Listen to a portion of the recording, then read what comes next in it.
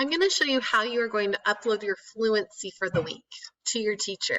So the first thing you're going to do is come to the home page right here, and you're going to go to the week that you are on. Then you're going to go to day 5 and find the fluency. This is the passage that you have been reading all week long. Today you are going to do a retell on this passage.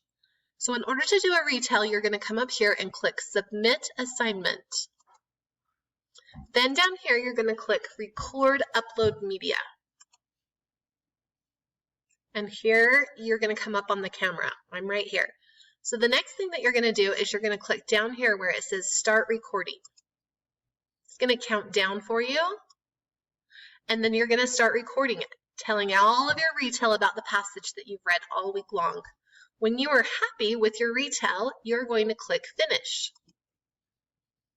Then down here, you are going to put the week,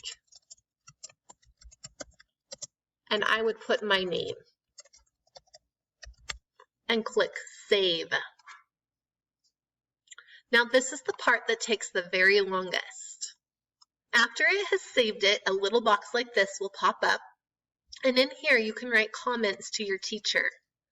Then all you have to do is click the Submit Assignment button, and you are done.